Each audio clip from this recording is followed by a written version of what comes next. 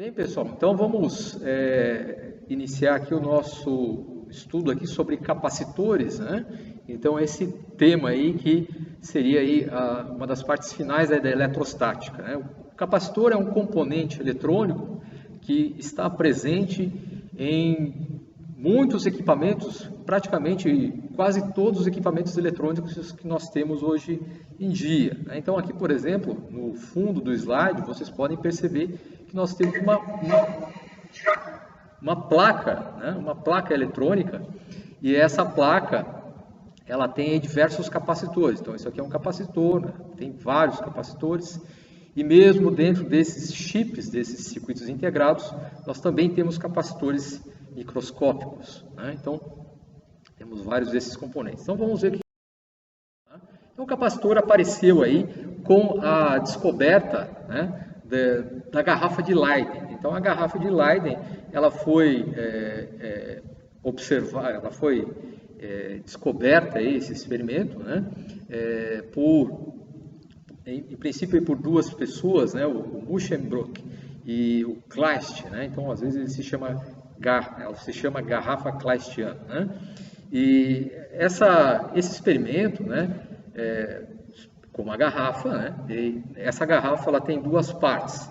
Ela pode ser feita de vidro, pode ser feita de plástico, né? Depende do material, né? Vamos supor aqui que eu tenha vidro e a parte interna dela é condutora e a parte externa é condutora. De modo que esses dois condutores, o externo e o interno, não têm contato entre si, eles são separados pelo elemento isolante, que no caso aqui é o vidro, né? Em geral, hoje em dia nós não fazemos mais com vidro, né? Em geral nós fazemos com plástico, né? Que ela carrega mais. Tá? Então esse seria o experimento original. Aqui você tem uma máquina eletrostática, né, eletrizada por atrito, e nesse experimento se tentava eletrizar a água, né? Como a água é um fluido, né, e se imaginava que a eletricidade é um fluido elétrico, então por associação vamos eletrizar a água. E se percebeu que a água pode ser eletrizada, né? E ela acumulava uma descarga enorme. Então, se você realizasse esse experimento e tocasse com a mão nessa haste metálica, né? Veja que aqui eu tenho uma garrafa. Essa garrafa ela tem uma haste metálica, né, que toca a água, né, transfere as cargas para a água, né, e essas cargas vão ficar acumuladas nesse fluido, né? E quando você encosta aqui, você sente uma descarga forte, né? Um choque bastante forte, tá? Depende aí da eletrização, né? Aqui é simplesmente uma garrafa com água com um eletrodo dentro. Então o eletrodo central seria esse eletrodo aqui, e aqui em geral a garrafa ela pode ser cheia d'água ou não, né? Ou outro líquido condutor, tá? Então a água aqui no caso teria aí a função do eletrodo, né, do condutor interno. Nós vamos ter dois condutores, um condutor interno e um condutor externo, separados por um material isolante. Aqui, na foto que nós temos o condutor interno, que seria essa haste com a água, o isolante, que é a garrafa de vidro, e o condutor externo seria a própria mão. Então, isso é um capacitor primitivo. A garrafa de Leyden foi o primeiro capacitor que apareceu, né? Então, essa seria a construção dela, né? Você tem aqui o vidro, né, que é o elemento isolante. Externamente, nós temos um material condutor, por exemplo, uma folha de papel alumínio, uma folha de zinco, Flandres, né? E dentro você pode colocar um material condutor, né, uma folha de metal ou água, né? E aqui tem a haste aqui, que passa por uma rolha, né? Então aqui, depois de eletrizada a garrafa, ela pode ser descarregada, né, por um terminal, né? Então, encostando a parte metálica externa com a parte metálica interna, você tem aqui uma faísca. Significa que a garrafa ela fica eletrizada, ela guarda cargas, ela armazena cargas, tá? Então, o capacitor é um componente eletrônico que ele armazena cargas, ele guarda cargas elétricas, tá? E pode guardar essas cargas por um tempo bastante grande, né? Então aqui alguns modelos de garrafa de Leyden, né, que você poderia encontrar, todos o mesmo princípio: condutor externo, condutor interno e um material isolante no meio. Tá? Okay? Então, por que a garrafa fica eletrizada? Então, aqui vamos supor que a garrafa estivesse com essas cargas. Cargas negativas na parte interna, cargas positivas na parte externa. Tá? Ela fica eletrizada porque essas cargas elas ficam atraindo-se, né? Elas sofrem atração mútua entre si, elas se atraem. E como elas se atraem, elas não saem dessa posição. Não existe o cancelamento das cargas, porque nós temos um material isolante no meio. Esse material isolante não permite que as cargas façam essa neutralização. Então, mesmo que depois você desconecta, depois que você desconecte esse terminal da fonte de cargas, tá? Essas cargas que estão aqui dentro da garrafa ainda vão permanecer nela, tá? Porque elas vão ser atraídas pelas que estão fora. Aqui no caso, fora seria, por exemplo, você seguraria com a mão e essas cargas positivas viriam a partir da terra, né, da sua mão. Então, a capacitância ela está associada a quanta carga elétrica você consegue colocar num corpo. Tá? Então vamos imaginar aqui que eu tenho um corpo. Tá? Esse corpo, né, em geral, é um material condutor elétrico. Tá? Mas em princípio pode ser qualquer tipo de corpo, né? Pode ser um material também isolante, se você quiser. Né? Vamos considerar aqui um corpo condutor. Tá? Aqui, esse corpo ele já tem cargas. Tá? Já tem várias cargas elétricas aqui positivas. Vamos supor que eu queira acrescentar mais cargas. Vamos supor que nós queremos colocar mais cargas. Então, eu vou acrescentar mais essa carga aqui. Tá? Então, tem esse corpo positivo e eu vou acrescentar essa outra carga positiva. O que nós vamos ter que fazer? Eu vou ter que tomar essa carga desse ponto inicial e trazer ela até o ponto final, armazenando no condutor. Tá? Mas veja que esse procedimento é um pouco complicado. Né? Por que é complicado? Porque essa carga é positiva e essas são positivas. E vocês sabem que positivo repele positivo. Né? Então você está tentando acrescentar uma carga, mas ela a todo instante aqui, ela sofre a repulsão eletrostática. Então, vejo que essa carga ela não iria espontaneamente daqui para cá. Você tem que realizar trabalho para fazer essa tarefa. Tá? Então, para colocar cargas aqui, você tem que realizar trabalho. E esse trabalho está associado a um certo potencial. Tá? Quem fornece quem realiza esse trabalho? Quem fornece esse potencial? Uma pilha, uma bateria, né? Uma fonte de tensão elétrica. Tá? Então, vamos imaginar inicialmente, por exemplo, uma pilha. Uma pilha é que vai exercer, né, o trabalho, né, vai fazer com que as cargas se movimentem. Veja que aqui a carga teste ela tem que ir contra o campo elétrico. O campo elétrico de cargas positivas se afasta dessas cargas. Né? E aqui é um condutor, né, que não é pontiforme, ele tem uma forma. Né? Então, para trazer essa carga daqui para cá, você tem que realizar trabalho, você tem que ir contra o campo. Tá? Então, essa ação ela é realizada por uma bateria. Tá? E essa bateria vai fornecer tantos joules para essa carga. Tá? Então, aqui eu tenho uma carga teste. Quantos coulombs tem essa carga? Vamos supor, por simplicidade, que ela tem 1 coulomb. Se você usar uma pilha de 1,5 volts, o que significa isso? Que essa pilha de 1,5 volts, né, vai movimentar essa carga no fio, vamos supor que isso aqui seja o fio, né, vai movimentar essa carga no fio, desse ponto para esse ponto, né, fornecendo para esse 1 coulomb de carga, né, 1,5 joules. E aí você vai conseguir realizar esse trabalho. Né? Então, vejo que eu coloco essa carga aqui, né? Vou colocar essa carga nesse condutor. E aí vamos supor que eu queira colocar mais. Coloco mais uma, coloco mais uma, coloco mais uma. Quanto mais cargas você colocar aqui, mais cheio esse condutor vai ficar. E maior vai ser a repulsão que a carga vai sofrer. Tá? Então, para acrescentar novas cargas no condutor, cada vez fica mais difícil. Tá? Então, é como se você estivesse... Imagine que esse condutor seja um carro. tá? E você vai colocando pessoas dentro do carro, cada vez fica mais difícil colocar mais gente dentro do carro. Então, essa carga, né, para acrescentar mais cargas nesse condutor, cada vez fica mais complicado. Então, você vai sofrendo cada vez mais repulsão, né, e essa repulsão está associada a um potencial. Então, nós vamos chamar de capacitância a carga que você consegue armazenar num certo corpo condutor, tá? E essa carga, ela está associada aí ao potencial que você precisa exercer, né, ou a diferença de potencial associada, né, que vai levar essa carga total nesse condutor, tá? Então, a capacitância é igual a carga dividida pelo potencial, ou pela diferença de potencial, tá? Então, carga dividido por potencial me dá a capacitância, tá?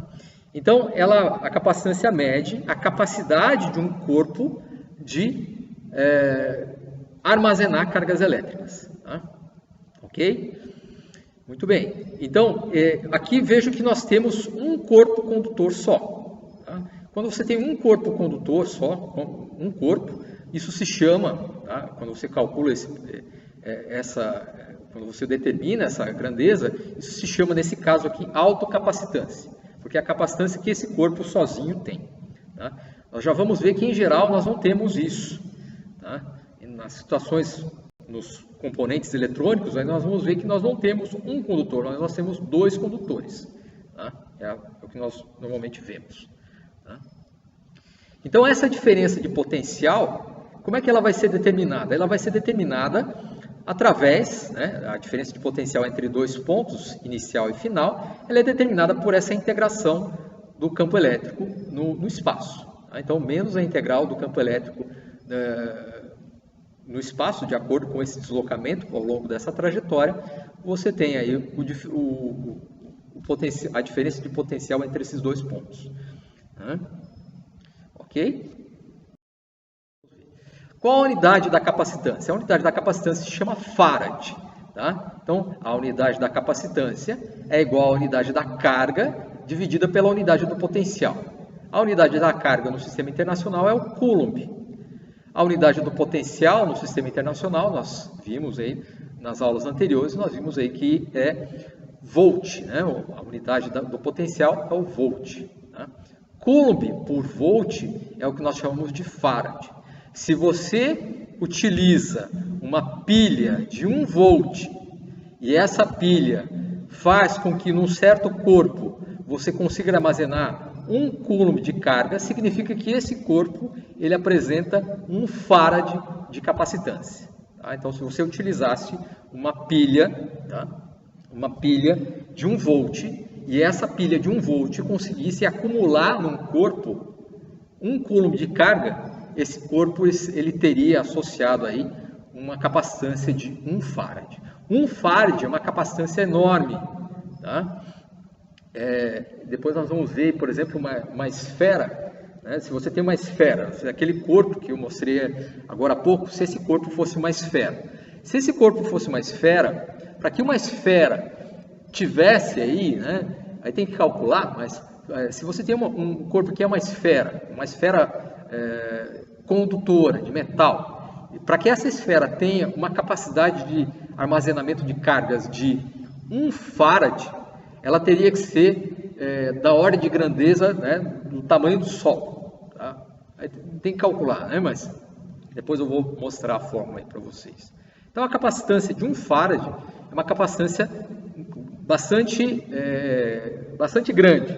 Nós temos componentes que já chegam nesse nível de capacitância, tá? Componentes eletrônicos que chegam nesse nível.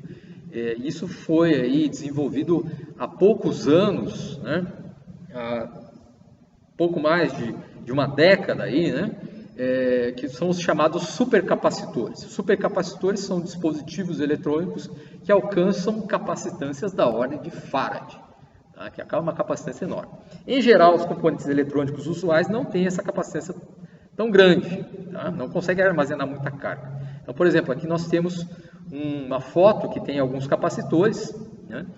Então, por exemplo, esse capacitor aqui, ele tem 4.700 microfarad. O que é um microfarad? É a milionésima parte do farad. Nós temos os submúltiplos de acordo com a escala de prefixos, mili, micro, nano, pico, né? 10 a menos 3, 10 a menos 6, 10 a menos 9, 10 a menos 12. Tá? Então, esses prefixos, essa escala de prefixos, ela é utilizada aí nos componentes eletrônicos. Né? Então, esse capacitor aqui tem 4.700 microfarad, o microfarad 10 a menos 6 do farad. Né? Aqui, outro capacitor aqui, por exemplo, esse, 470 microfarads, esse outro aqui, 22 microfarads, etc. Né? Então, e aí nós temos outros capacitores aqui, que nós vamos ver que são capacitores cerâmicos, tá? Eles também aí têm um código, né? E essa capacitância em geral é dada em picofarads, né? 15 mais, aqui seria 15 mais um zero aqui, então seria 150 picofarads, se não me engano. Tá? Então, cada capacitor aí tem uma nomenclatura. Tá? Okay? Então, a unidade é o farad.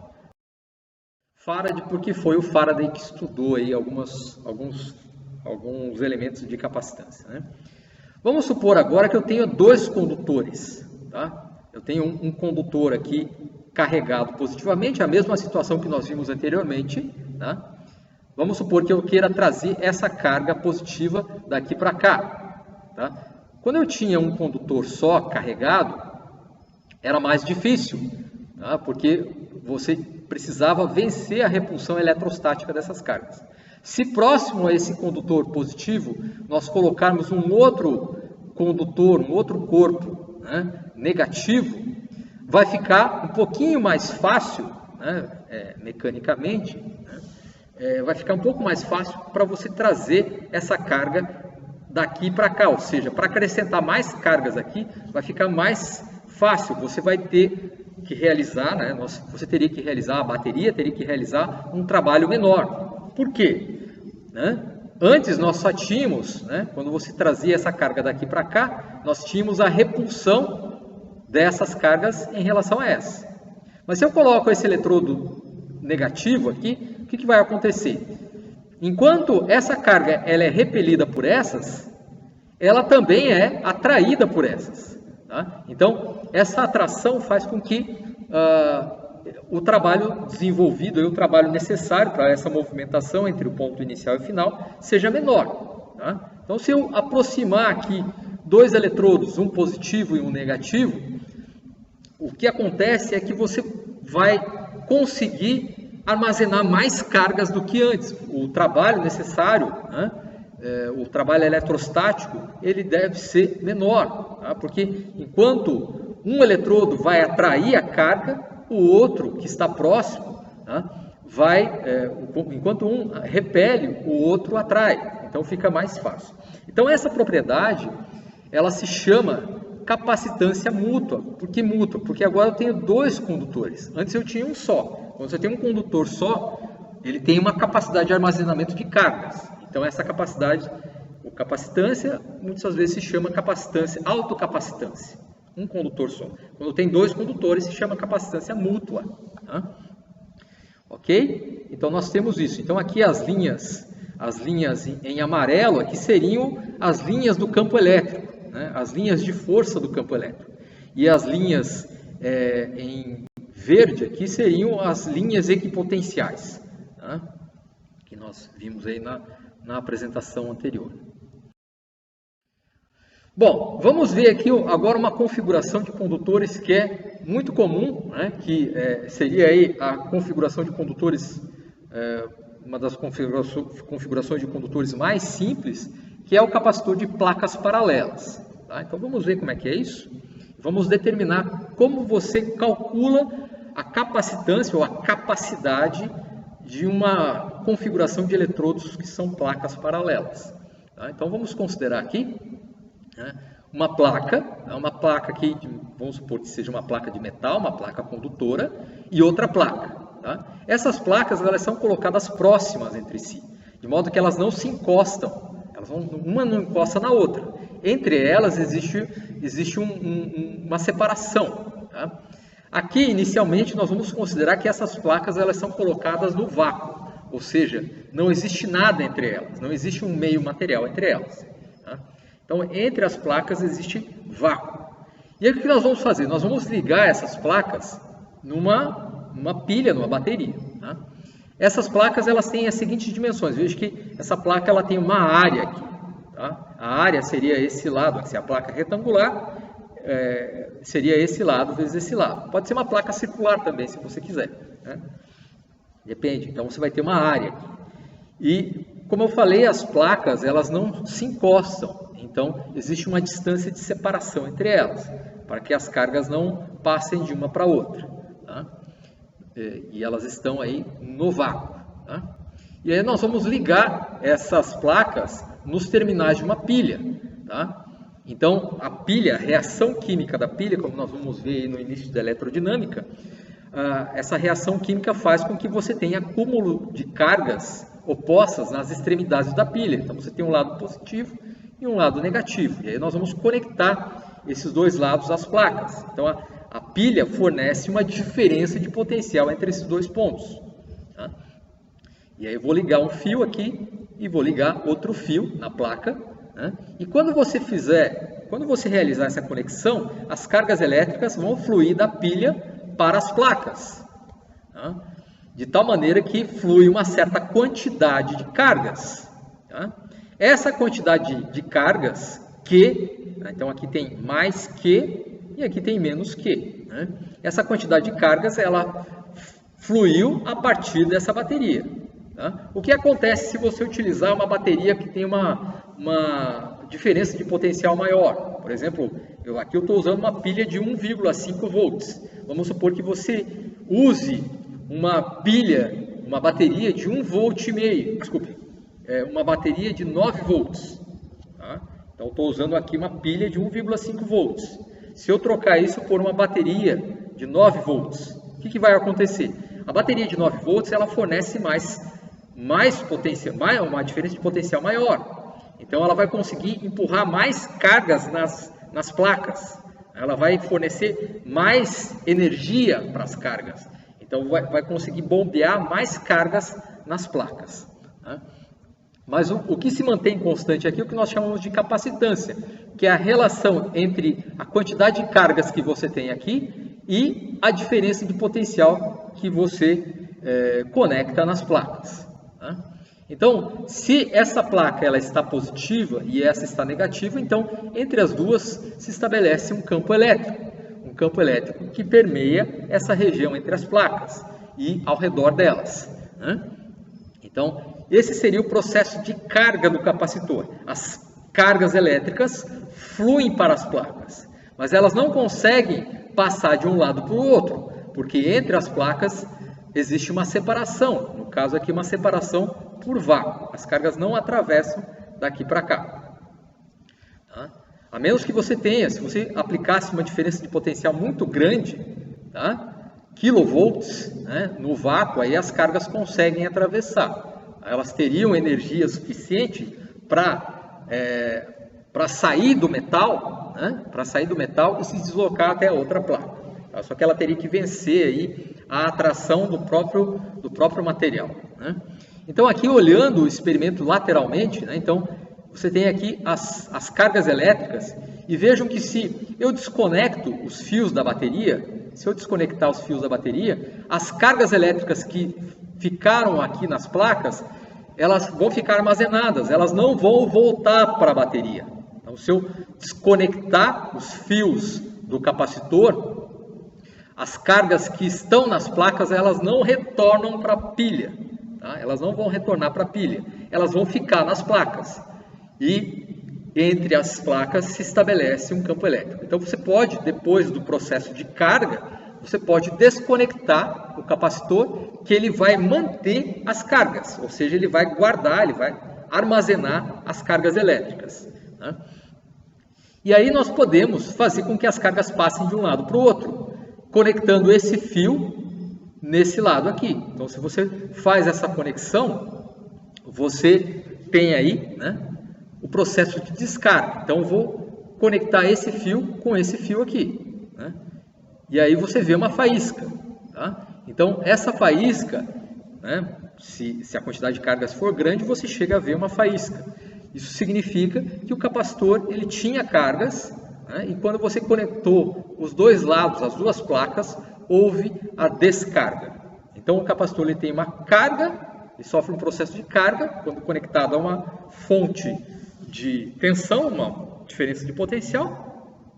E depois, quando você retira, as cargas ficam retidas no capacitor, tá? E você pode fazer a descarga do mesmo, né? Conectando uma placa na outra.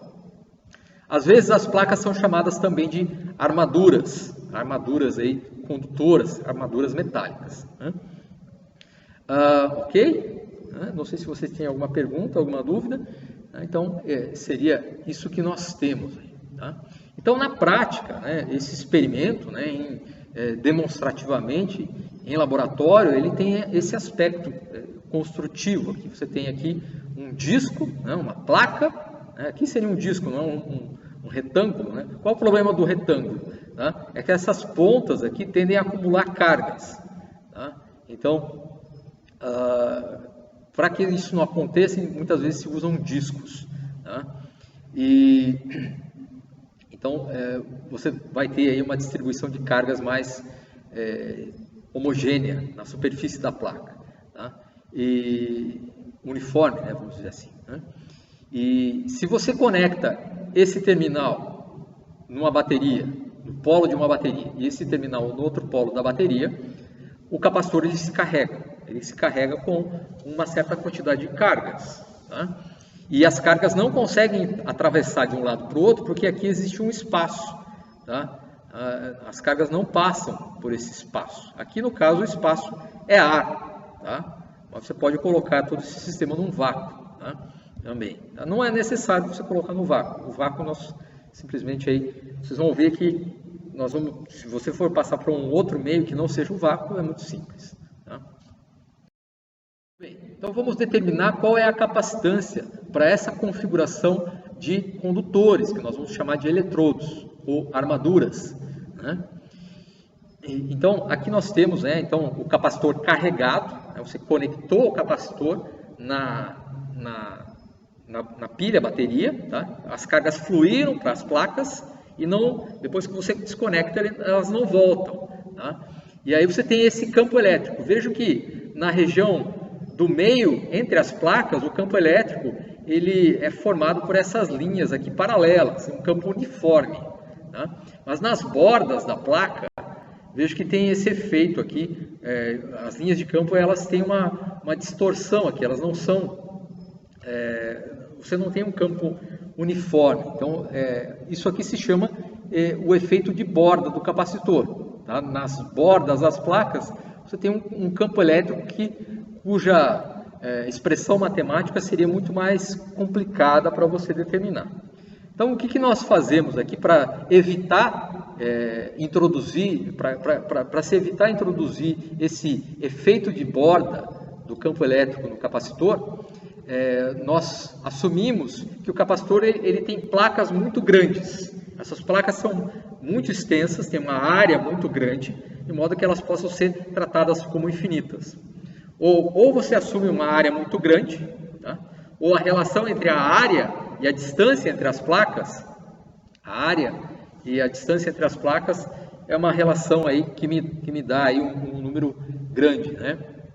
Então, você tem aí essa aproximação de placas infinitas. Então, se a placa for infinita, vejo que esse efeito de borda vai lá para o infinito e você não se preocupa muito com ele. Então, a maior parte da região entre as placas vai ter um campo uniforme. Então, esse vai ser o comportamento predominante.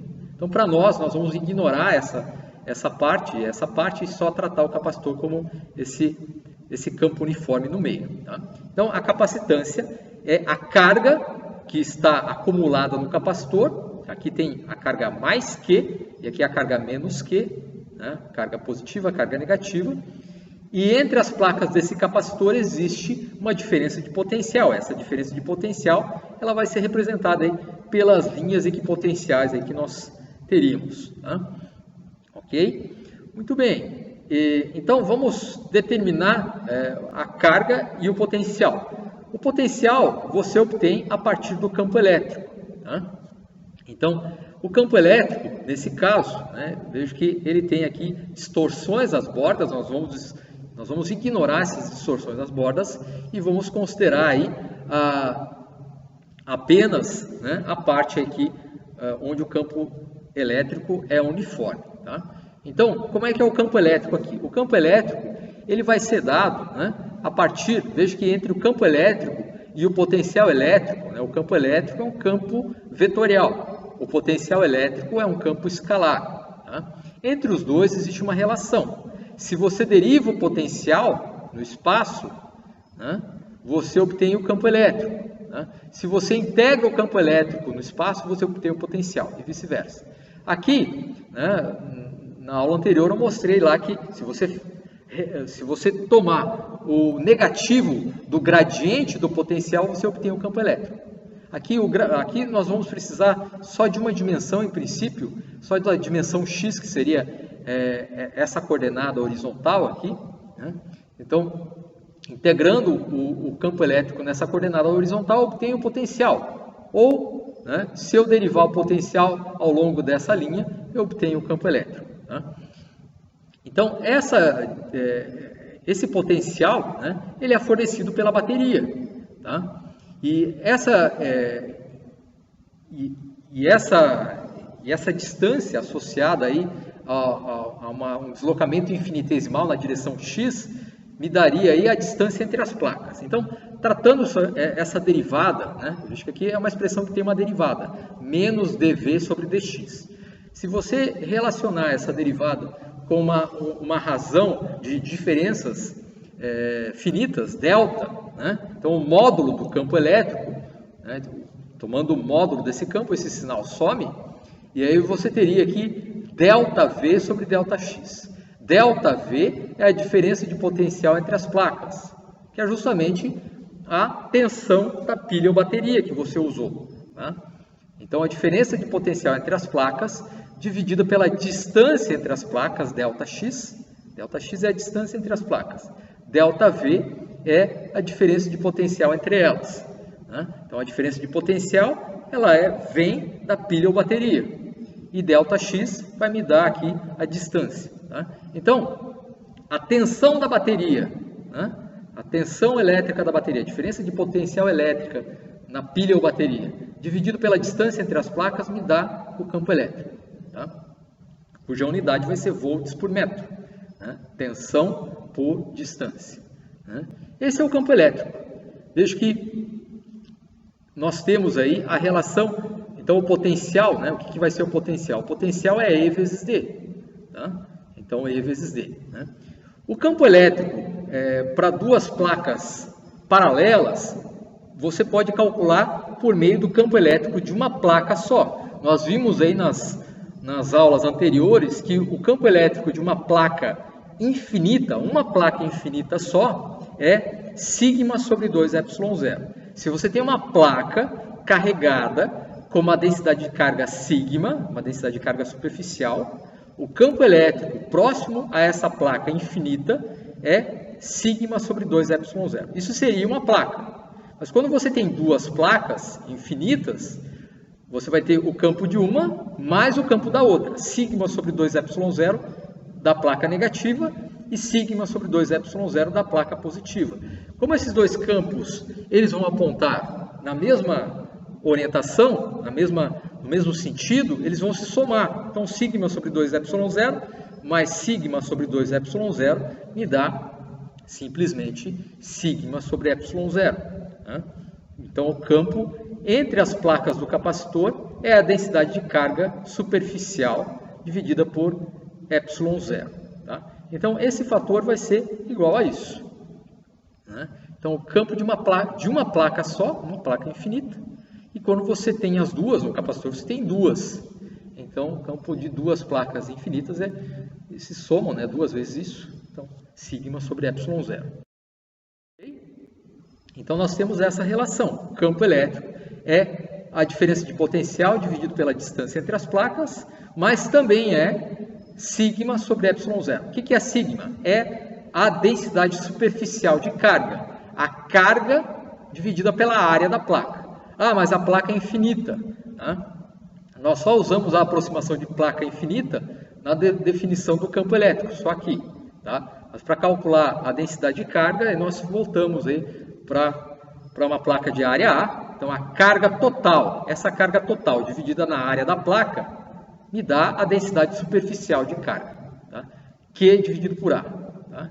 Então, esse Q dividido por A nós colocamos aqui. Tá? Então, Q dividido por A dividido por ε0, isso é o campo elétrico, que é V dividido por D.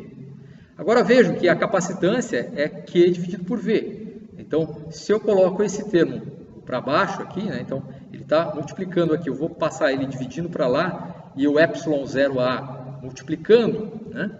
Então nós vamos ter essa relação, ε0A dividido por D.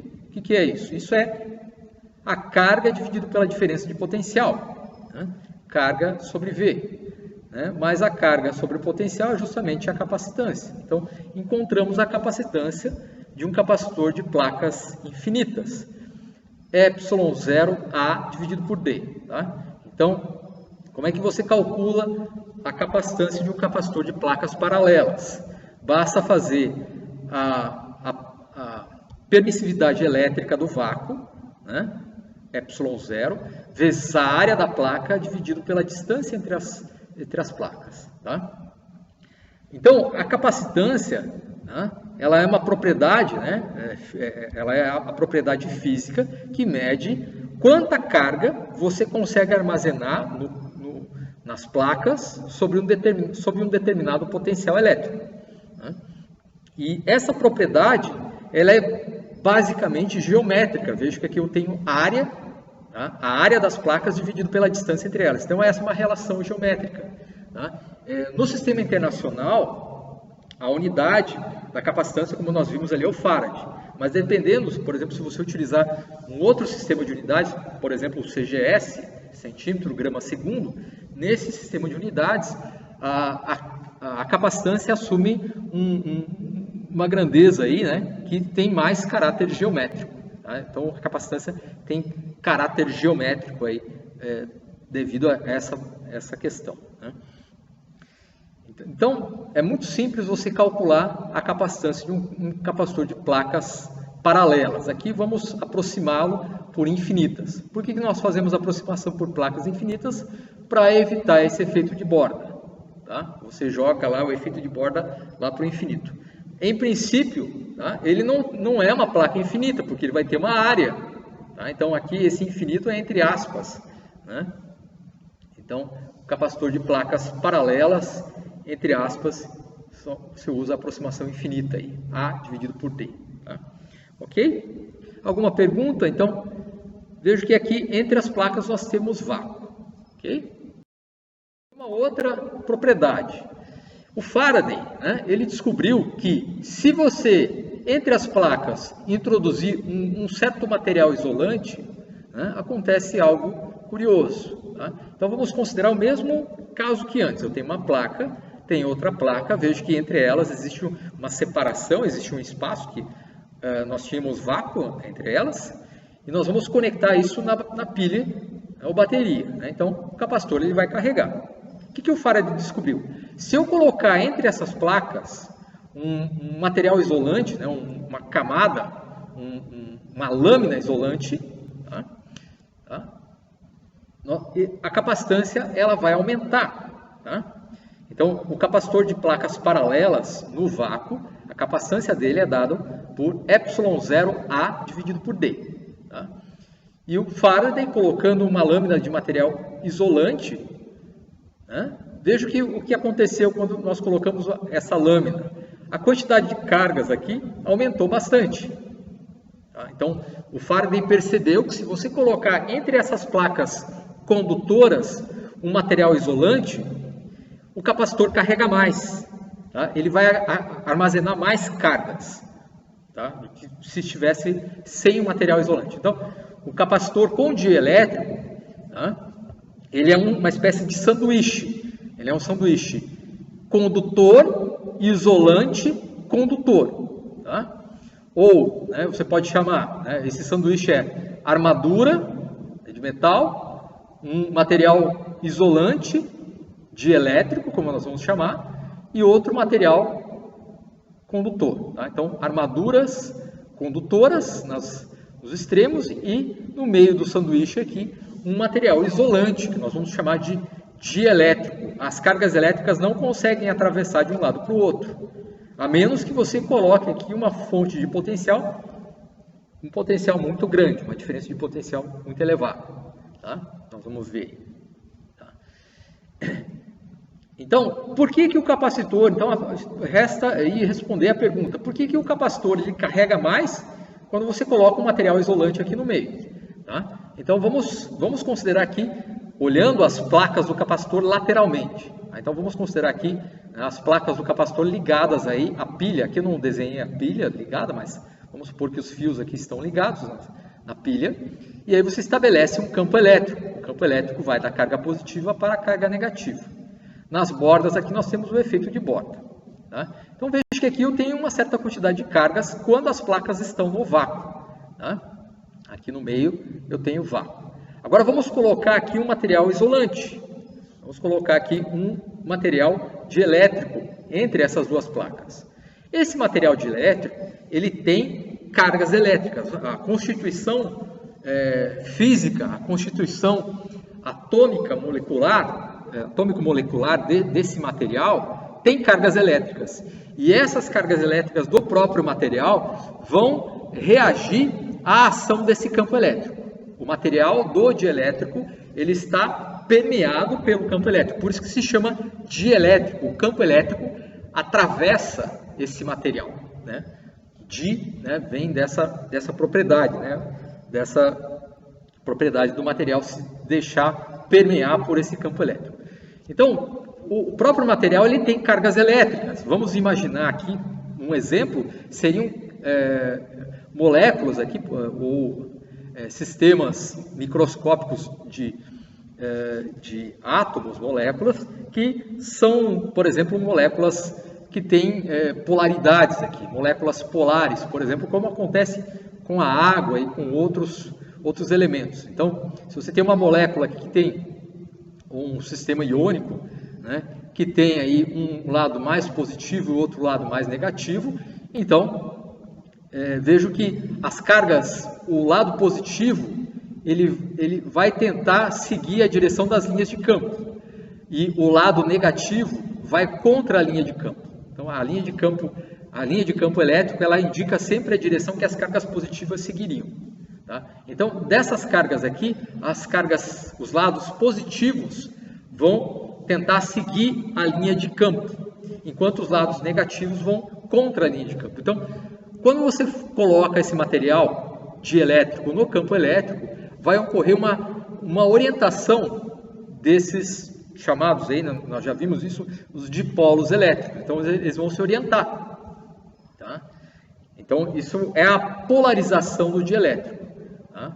Ele vai polarizar, e vejam que desse lado aqui o que aconteceu? Todos os negativos ficaram acumulados desse lado do dielétrico. E aqui todos os positivos ficaram acumulados aqui, né, dessa maneira. Então, esse lado aqui, esse terminal, ele tem agora esse atrativo aqui. Então, veja que as placas, elas continuam ligadas à pilha ou bateria. E no lado, na face, numa das faces do dielétrico, né, essa face ela ficou mais negativa. Então, essas cargas negativas vão atrair mais cargas positivas da fonte de tensão, tá? Então, da pilha ou bateria. Tá? Esse lado positivo vai atrair mais elétrons lá da bateria. Então, o que vai acontecer é que você vai conseguir puxar mais cargas da fonte de potencial. Tá? Então, por isso que o capacitor ele carrega mais intensamente. Você tem mais cargas. Com a mesma bateria, eu consigo armazenar mais carga Q. Se Q é maior para o mesmo V, então Q dividido por V, essa relação, vai aumentar. Por isso que a capacitância aumenta, a capacidade aumenta. Tá? Isso quando você coloca um dielétrico. Tá? Aqui seria um exemplo de polarização. Tá? Tem várias maneiras de você polarizar um dielétrico. Tá? Vou falar um pouquinho aqui. Tá? Ok? Vou explicar mais um pouco, aí já daqui a pouquinho vou fazer uma pequena pausa. Tá? Muito bem. Então, o que nós devemos fazer aí nesse caso? Tá? Então, o capacitor de placas paralelas colocadas no vácuo, ele tem essa capacitância, ε0A dividido por D. Então, A é a área das placas, D a distância de separação entre elas. ε0 é a permissividade elétrica associada à polarização do vácuo. Tá? Mas, se o meio que nós temos aqui não é o vácuo, e sim um meio material, a única coisa que nós devemos fazer é trocar essa permissividade elétrica do vácuo pela permissividade elétrica associada à polarização do material. Então, nós vamos trocar esse ε0 pela permissividade que o material apresenta. A equação ainda é a mesma. Tá? Então, a capacitância é a área da placa dividido pela distância entre as duas placas vezes a permissividade. Só que agora não é a permissividade do vácuo, é a permissividade do material que você tem ali como dielétrico, né? Ok? Aqui, ignorando aí esse efeito de borda, tá? Ok? Então, nós vamos introduzir o que se chama aí de constante dielétrica. Tá? Então, a constante dielétrica, ela relaciona a permissividade elétrica do material isolante, do material dielétrico, do meio material, tá? Com a permissividade elétrica do vácuo. Tá? Então, a permissividade elétrica do vácuo nós chamamos de ε0. Tá? A permissividade elétrica de um meio material nós chamamos de ε. Entre essas duas permissividades, existe uma relação que nós chamamos aí de constante dielétrica kappa. Tá? Então, kappa é a relação entre a permissividade elétrica do meio com a permissividade elétrica do vácuo. Tá? Então, a permissividade elétrica do vácuo, né, é essa, 8,854 vezes 10 a menos 12. Farads por metro. Então, se você utilizar a unidade de Farad, o ε0 começa com essa, ele pode ser representado dessa maneira. Tá? Veja que aqui 10 a menos 12 Farad, isso é picofarad. Né? Observem isso. Ok? Então, o ε0, você pode escrevê-lo aí também, né? Você pode pensar nele como 8,854 picofarads por metro. Tá? E cada material tem um certo valor aí de constante dielétrica. Então, por exemplo, o vácuo, a permissividade elétrica do vácuo é justamente isso. Né? O kappa é igual a 1. Tá? Kappa é igual a 1, então a permissividade elétrica do vácuo é ε0 mesmo. O ar, tá? Para o ar, esse kappa, ele vale 1,0005, né? 8986, né? Aqui tem um erro, né? A incerteza. Então, veja que o ar, ele tem uma permissividade elétrica muito próxima daquela do vácuo. Muito próxima. Quase esse número aqui. É um pouquinho, tem um pequeno desvio, né? Um pouquinho maior, né? Essa permissividade elétrica. Tá? O ar, ele apresenta uma polarização. Tá? Então, ele polariza mais. Né? Vamos ver aqui outro material aqui que polariza bastante. A água. Tá? Veja que a água tem uma constante dielétrica da ordem de 80. O que significa isso? Que a permissividade elétrica da água é cerca de 80 vezes a permissividade elétrica do vácuo. Né? Ok? E assim por diante. Então, todos os materiais têm aí, né, uma constante dielétrica. Você tem o papel, tem a mica, etc. Então, se você tem placas paralelas, placas de metal paralelas, você introduz um material isolante, por exemplo, óleo entre as placas, você pode calcular a capacitância para esse dielétrico. Põe uma folha de papel, um isolante, você vai ter a capacitância. Tá? Apesar dessa constante, ela se chamar de constante dielétrica, tá? Ela não é exatamente constante, por isso que eu coloquei aqui entre aspas. Tá? Então, se você utilizar agora essa equação, né, essa relação, né, então a capacitância de um capacitor de placas paralelas que tem uma camada dielétrica entre as placas, tá? Vai ser dada por essa equação. Tá? Então, A é a área das placas, tá? A é a área das placas, D, a distância de separação entre as placas, e ε0 é a permissividade elétrica do vácuo, e kappa é a constante dielétrica do material que você tem entre as placas. Tá? Então, por exemplo, se você tem uma camada de plástico entre as placas, por exemplo, polietileno, tá? Então o kappa que você vai utilizar é 2,25. O que significa esse 2,25? Que a permissividade elétrica do polietileno é 2,25 vezes maior do que o vácuo. Tá? Essa é a ideia. Alguns materiais têm permissividade elétrica muito grande. Tá? Então, por exemplo, aqui a água, né, tem uma permissividade elétrica considerável. Tá? Por isso que a garrafa de Leyden, né, ela dá um choque considerável, porque a água ela tem uma polarizabilidade elétrica bastante significativa. Tá?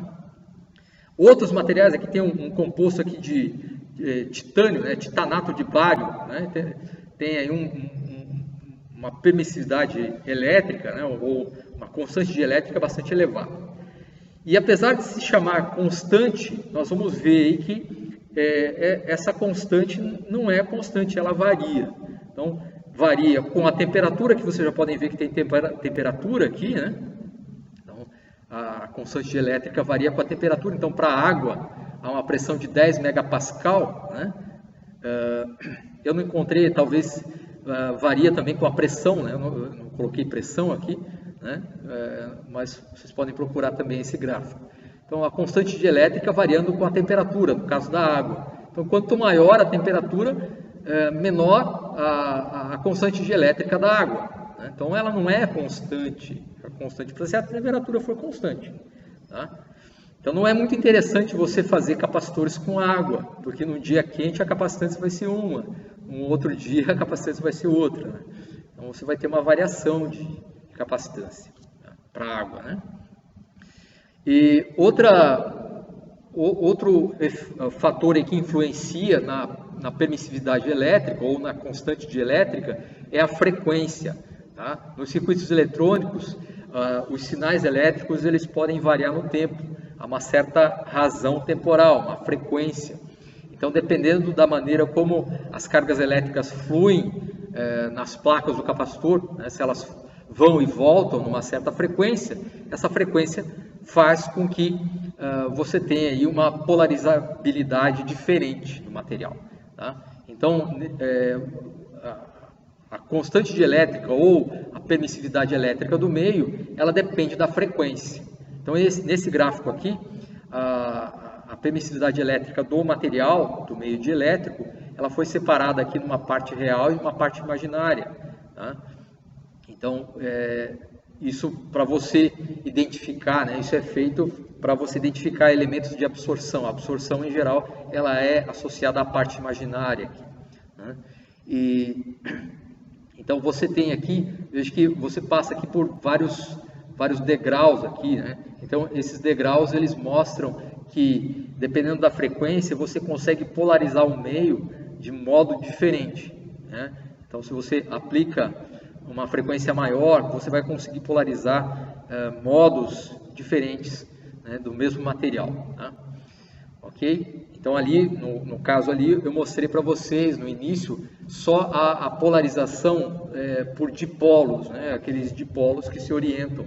Né? Mas você pode ter a polarização simplesmente pelo acúmulo de cargas numa extremidade ou outra do material, pela movimentação de cargas no material, etc. Né? Então, tem várias maneiras. Então, aqui só para representar que a constante dielétrica, ela, de fato, ela não é constante. Ela varia, por exemplo, com a frequência, né? E com a temperatura, com a pressão, varia e tem dependências aí. Né? Ok? Não sei se vocês têm alguma pergunta, alguma dúvida. Continuando aí, vamos ver agora outra propriedade aí associada aos dielétricos, né? Então o capacitor ele é formado aí por esse sanduíche de condutor, isolante e condutor. As armaduras condutoras, né? E entre essas armaduras eu tenho um material isolante dielétrico que vai se polarizar aí de acordo com o campo elétrico entre as armaduras, né? E em geral nas tabelas de constante dielétrica, né, nós temos outra propriedade que aparece, né, outra grandeza que aparece, que é a chamada rigidez dielétrica, né? Dependendo do campo elétrico que você aplica no dielétrico, né, se você aplicar um campo elétrico muito intenso, esse campo elétrico vai fazer com que esse material que era isolante, vai fazer com que esse material perca essa propriedade de isolamento. Então aqui, por exemplo, nesse GIF que eu extraí da internet, você tem aqui uma placa, né, o que parece que é uma placa de vidro, um disco de vidro, e nós temos aqui um eletrodo, né, uma ponta que tem uma tensão alta, uma alta tensão, e vejo que o vidro, ele, em princípio, para nós, ele é um isolante. Para potenciais baixos, ele é um isolante. Mas acima de uma certa tensão, acima de um certo potencial, o vidro torna-se condutor. Então aqui vocês podem perceber que a faísca, ela consegue contornar o vidro, ela consegue passar o vidro de um lado para o outro. Então o material torna-se, o material que era isolante, ele pode conduzir, ele perde essa propriedade de isolamento, tá? Então, se você tem um capacitor e você aplica uma tensão, se você liga esse capacitor numa tensão muito alta, o que vai acontecer com o dielétrico é que ele deixa de ser isolante e as cargas vão conseguir fluir de uma placa para outra.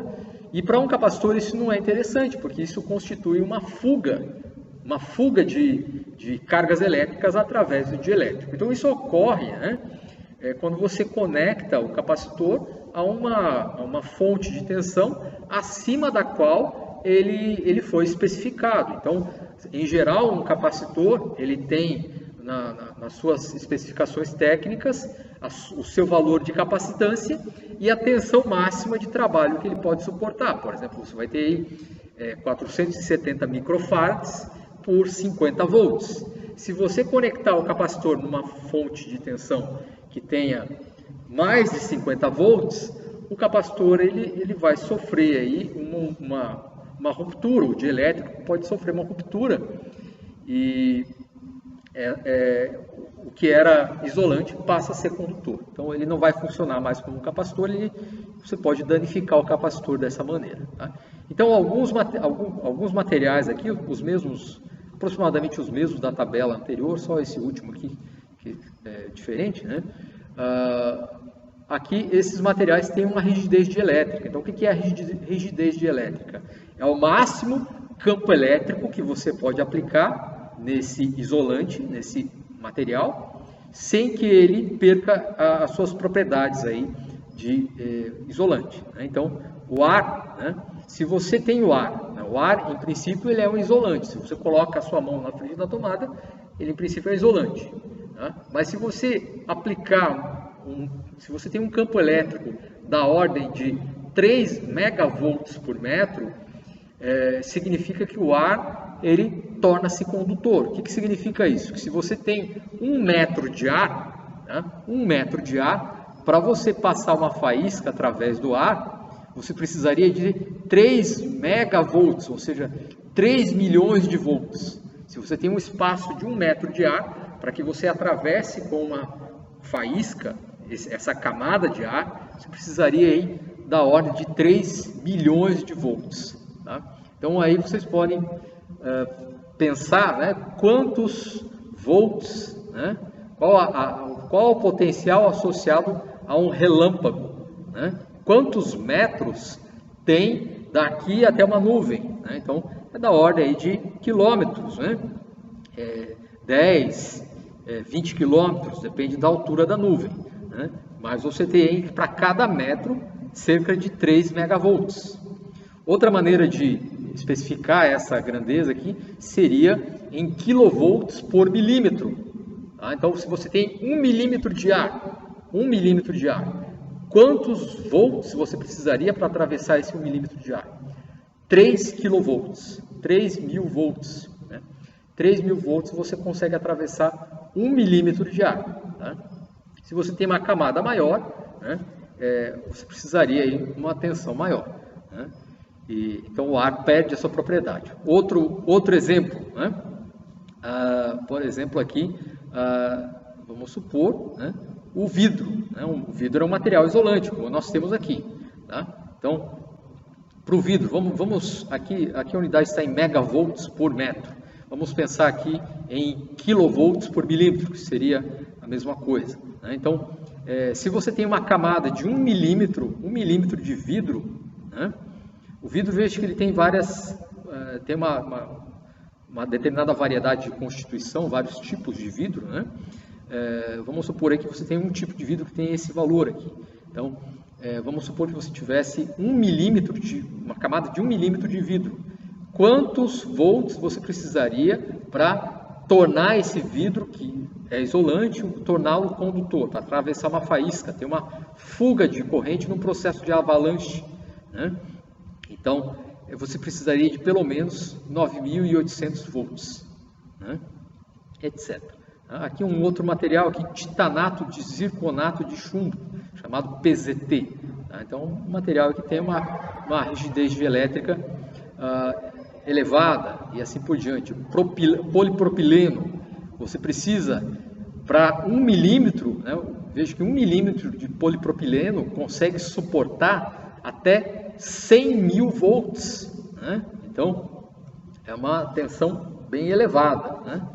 Etc. Então, você tem vários materiais, né? O óleo, né? O óleo ele é utilizado para isolamento, por exemplo, de circuitos elétricos, né? Transformadores, né? Em subestações é utilizado óleo. Né? Então, ele tem propriedades aí isolantes. Mas se você aplica uma tensão, uma diferença de potencial muito maior do que esses limites, né? Ele se torna condutor. Tá? Então, a rigidez dielétrica corresponde ao máximo potencial elétrico que você pode aplicar no material sem que ele conduza. Então, aqui você pode ter aí, veja que essa rigidez dielétrica, né, isso vai depender aí, né, essas propriedades vão depender da forma dos condutores aqui. Então, por exemplo, né, se isso aqui fosse, vamos imaginar que isso aqui é um capacitor, então você tem um eletrodo condutor, outro eletrodo condutor, e aqui o dielétrico isolante. Para você atravessar, com as cargas elétricas conseguirem atravessar esse isolante, você precisa um certo nível de potencial, uma certa diferença de potencial. Então, a diferença de potencial dividida pela espessura da camada, tá? A diferença de potencial dividida pela espessura da camada me dá o campo elétrico máximo, né? Ou seja, a rigidez dielétrica que você teria aí associada. Então, aqui várias geometrias, né? Então, placas paralelas ou discos paralelos, aqui esferas, uma esfera e uma placa, etc.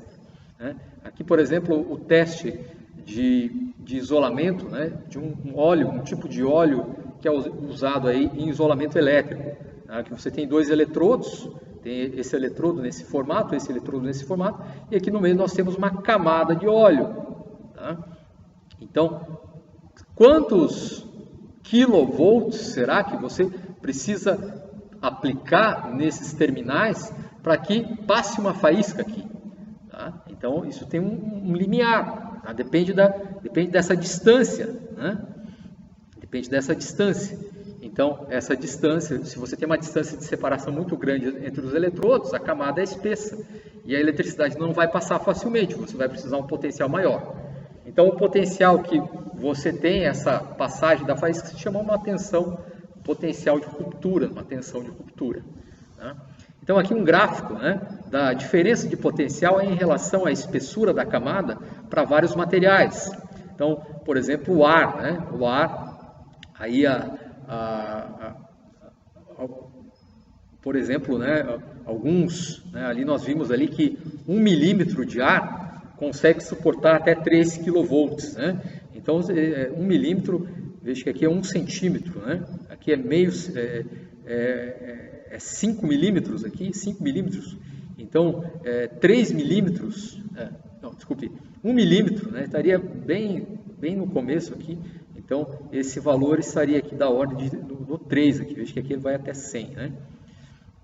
Então, por exemplo, 2 centímetros de ar, né? Uma camada de 2 centímetros de ar, quanto isso suporta? Suporta aí em torno de, sei lá, aqui teria que ver na escala aqui, mas em torno aí de 40, 50 mil volts, tá?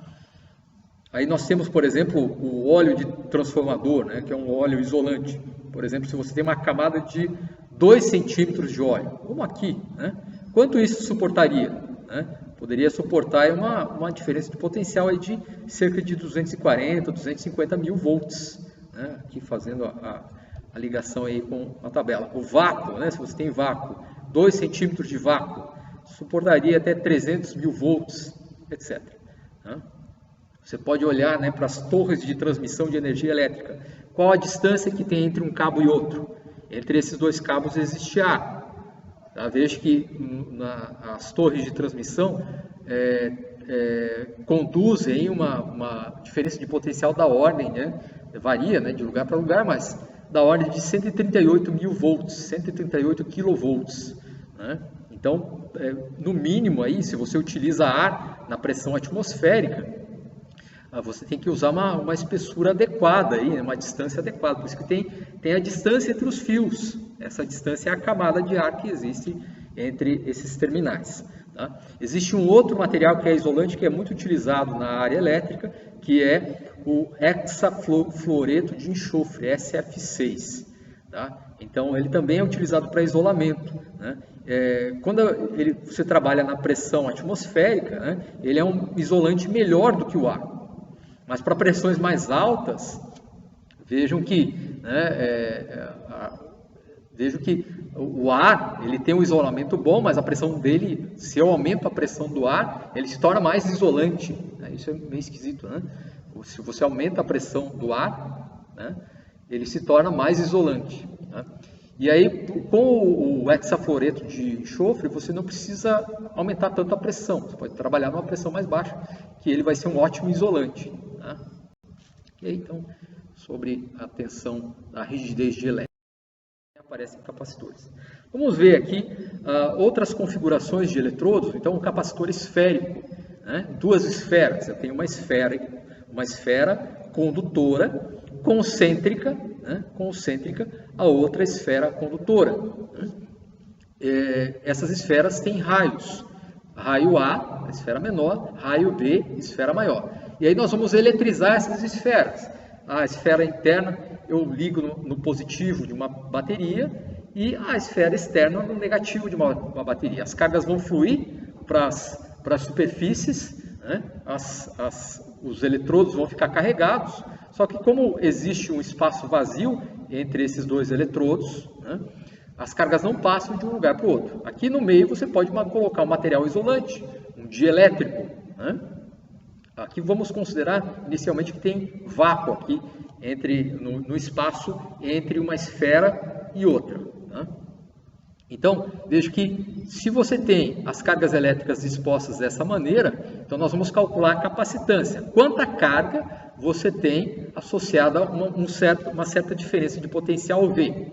Tá? Então, o campo elétrico, né, que nós vamos ter aí, ele vai ser dado por essa configuração. Vai ser um campo elétrico radial, né, esfericamente simétrico. E aí, se você aplicar a lei de Gauss aqui, nós vimos isso nas últimas aulas, aplicando a lei de Gauss, o fluxo do campo elétrico numa superfície gaussiana, então, se você traçar aqui uma superfície gaussiana esférica intermediária aqui de raio R entre A e B, né, o fluxo do campo elétrico, né, nessa esfera, nessa superfície esférica, vai ser igual à carga interna que é Q, dividido por ε0. Tá? Então, carga interna dividido por ε0. Né? Isso é igual ao fluxo do campo elétrico. O que é o campo elétrico? O campo elétrico vezes a área da superfície esférica, 4πr². Então, eu cheguei a mostrar essa fórmula para vocês nas últimas aulas. O campo elétrico dessa configuração de eletrodos carregados, o campo elétrico ele fica confinado nessa região, né? Se essas cargas são iguais, né? Se essas cargas são iguais, o campo elétrico fica confinado nessa região. Você veja que se você traçar uma superfície gaussiana externa aqui, tá? Qual o fluxo do campo elétrico através dessa superfície gaussiana? O fluxo vai ser zero, porque a carga interna, né, seria essa mais essa, se elas se cancelam, é zero. Né? Então, se a carga é zero, não tem fluxo e o campo externo é zero. Mas se as cargas dessa esfera e dessa esfera não forem, não tem aí a mesma quantidade de cargas, né? Então aí você vai ter um campo elétrico externo. Muito bem. Então, dado o campo elétrico, então vejo que aqui nós temos o Q, né? E se eu integro o campo elétrico no raio, né? A integral do campo elétrico no raio me dá o potencial, que é justamente o que eu preciso. A integral, né? Então, a integral do campo elétrico na distância radial, né? Fazendo um deslocamento radial ali, né? E a diferença de potencial vai ser dada por essa integral, né? Então, aqui, um corte aqui das esferas concêntricas, né?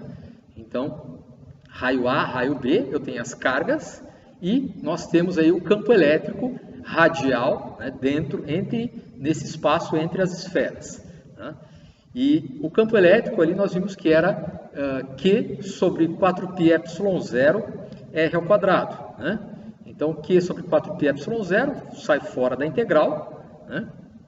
Aqui eu esqueci, tem esse sinal aqui, tá? Eu acabei perdendo o sinal aqui. Tudo bem. E aí nós temos essa integral de 1 sobre R ao quadrado dr. Tá? Essa integral vai ser feita do raio menor, A, até o raio maior, B. Então, nós vamos integrar daqui até aqui. Raio igual a A até o raio igual a B. Né? Essa integral vai ser realizada nesses extremos aqui. Tá? Essa integral, tá? Ela dá menos 1 sobre R ao quadrado. Desculpe, essa integral aqui nós vimos, né? Essa integral de 1 sobre x ao quadrado me dá menos 1 sobre x. Tá? Esse menos vai cancelar esse menos que está aqui. Tá? Depois eu vou arrumar isso aqui na apresentação final. Perdi, eu esqueci de pôr um sinal aqui, agora no final eu coloco. Né? Então essa integral dá menos 1 sobre R, esse menos cancela esse menos. E aí nós vamos ter aqui os limites de integração, né? 1 sobre A menos 1 sobre B. Tá? Então, vezes esse fator. Tá? Então, o potencial elétrico, né, na região que compreende esses dois eletrodos é dado por essa expressão, tá? Q sobre 4πε0, 1 sobre A menos 1 sobre B. A diferença de potencial entre esse ponto e esse ponto, tá? Entre esses dois pontos, que é justamente a diferença de potencial na qual você vai associar a bateria que está ligada a esses condutores. Aqui eu não desenhei a bateria, né? Teria que ter um fio, né, ligando o terminal interno e ligando o terminal externo. Esse fio teria que ser isolado. Né? Como é que você passa com um fio? Né? Veja que isso aqui é tudo fechado. Né? Cavendish fez um experimento, né, semelhante a esse, né, com condutores esféricos concêntricos aí, para verificar se a lei de Coulomb ela tem um fator quadrático mesmo. O R ao quadrado é R ao quadrado mesmo, né? Foi feito esse experimento. Então, veja que Q dividido por ΔV é a capacitância. Então, daqui eu posso tirar a capacitância. Né? Então, se eu passar esse termo, né, vejo que Q dividido por ΔV, então passando o ΔV para baixo, aqui dividindo, o 4πε0 para lá multiplicando, esse fator entre esse fator aqui para o outro lado dividindo, então nós temos a capacitância. Tá? 4πε0 dividido por 1 sobre A menos 1 sobre B. Tá? Essa é a capacitância associada à carga desses eletrodos. Tá? Quando você conecta esses eletrodos esféricos concêntricos a uma bateria de diferença de potencial V, tá? Esses eletrodos vão acumular essa carga. A relação entre a carga e a diferença de potencial é essa capacitância, que como aqui nós temos dois eletrodos, tá? Ela vai se chamar capacitância mútua. Tá? Assim como lá nós tínhamos duas placas paralelas. Duas placas paralelas, você tem uma capacitância mútua. Tá? Duas. Se você tem uma placa só, também você pode definir a capacitância. Nós não chegamos a fazer isso, né? Para uma placa só. Também dá para fazer, né? Vamos supor aqui uma outra situação. Vamos supor que a esfera maior, ela é muito maior. Tá? Vamos supor que a esfera maior ela tem um raio muito grande. Vamos supor que o B ele vá para o infinito. Tá? Vamos supor aí que as cargas negativas estão lá no infinito. Tá? E dessa maneira, né, esse B aqui ele vai tender para o infinito. Se B vai tender para o infinito, 1 sobre B tende a zero. Então essa parte vai para zero. E esse 1 sobre A, tá, ele inverte e vai lá para cima multiplicando como A. Tá? Então se a esfera externa ela é muito grande e você trata essa esfera como infinita, a capacitância vai ser essa. 1 sobre B vai para zero, tende a zero, né? E nós vamos ter isso. Se você tem uma esfera de raio A sozinha agora, tá? Ela vai ter essa capacitância. Então essa esfera, em vez de raio A, vamos chamar de raio R, né? Então uma esfera sozinha, né? Essa seria a esfera menor de dentro. A esfera maior estaria lá no infinito. Tá? Então se essa esfera está carregada eletricamente, ela tem uma capacitância. Essa é a chamada autocapacitância. Como é que você calcula a capacitância, a autocapacitância de uma esfera carregada? 4πε0 vezes o raio da esfera. Tá? Então, para que, se você tem uma capacitância, uma esfera que tem um raio comparável ao raio do Sol, né? Ao raio do Sol, isso me daria uma capacitância de 1 farad. Como é que você obtém um 1 aqui? 1, né?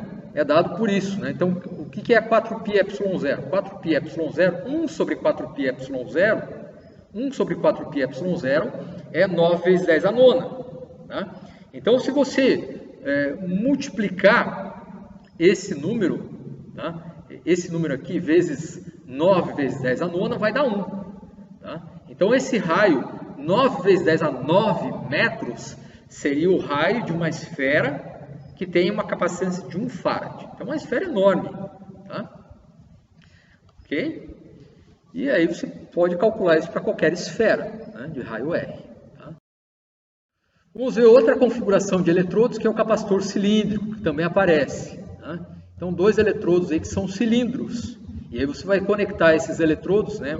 Veja que um cilindro tem um raio A menor e outro cilindro tem um raio B maior. O cilindro em si ele tem um comprimento aqui, L. Tá? Então, vamos conectar essa configuração aqui numa pilha, né? O eletrodo interno positivo e o eletrodo externo negativo. Tá? Então, você carrega aqui os eletrodos.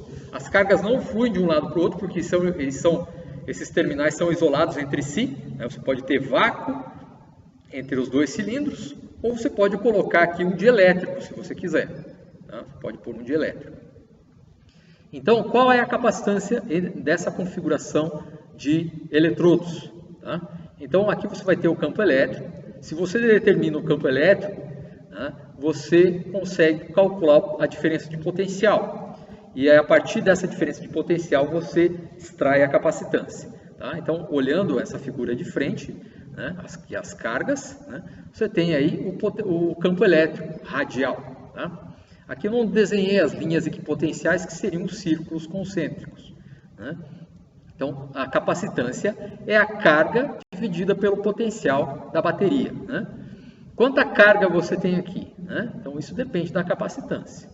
Tá? Então, para esse caso aqui, se você aplica a lei de Gauss nesse problema aqui, se você aplicar a lei de Gauss aqui, né, você vai encontrar que o campo elétrico entre esses 2 eletrodos é a carga que eu tenho aqui, dividido por 2πε0RL.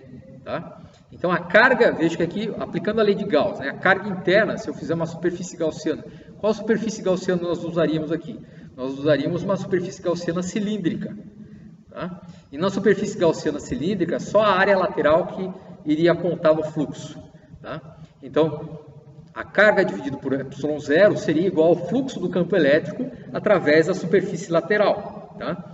Então, o campo elétrico vezes a área lateral. A área lateral de um cilindro, nós vimos algumas áreas aulas atrás, que é 2πrl, né? Então a área lateral de um cilindro, né?